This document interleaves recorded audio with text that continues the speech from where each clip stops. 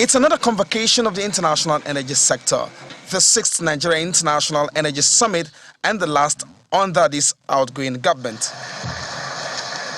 Being the brainchild of this administration, this year's summit is valedictory and well in place for the federal government to give a scorecard of its achievement. From exiting the JV cash call conundrum to natural gas flare commercialization initiative, the declaration of decade of gas from 2021 to 2030, the AKK gas infrastructure program, the marginal fuels bid rounds, and more, the representative of the vice president speaks to one of the most profound and proud moments for this administration. PIA remains our single biggest achievement in the energy sector.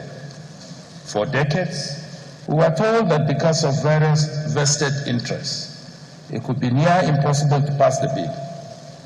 But we made it happen. What we did with the PIA, you will all agree with me, was simply revolutionary.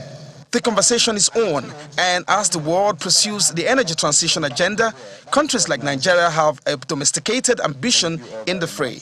Here in Nigeria, we are committed to driving this transition forward, and we are working to ensure our energy sector remains a key driver of this economic growth and social progress as we imbibe cleaner ways of production and further domesticate the utilization of gas resources within and beyond our borders. Decoupling the energy transition pursuit has produced a perspective for most resource-rich yet energy-poor countries in Africa to demanding for a just transition and energy accessibility. OPEC is making a case for Africa.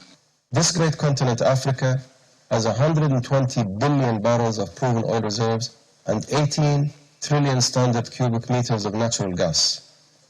For countries to properly utilize these resources for the benefit of their people, investment levels must be adequate, whilst being mindful and taking actions to reduce the carbon footprint of the oil industry.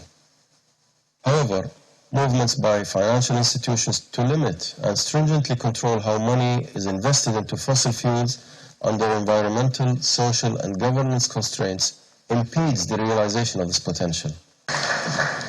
Another critical group in the Nigerian space, the Indigenous Petroleum Producers Group, is already setting an agenda for the new government.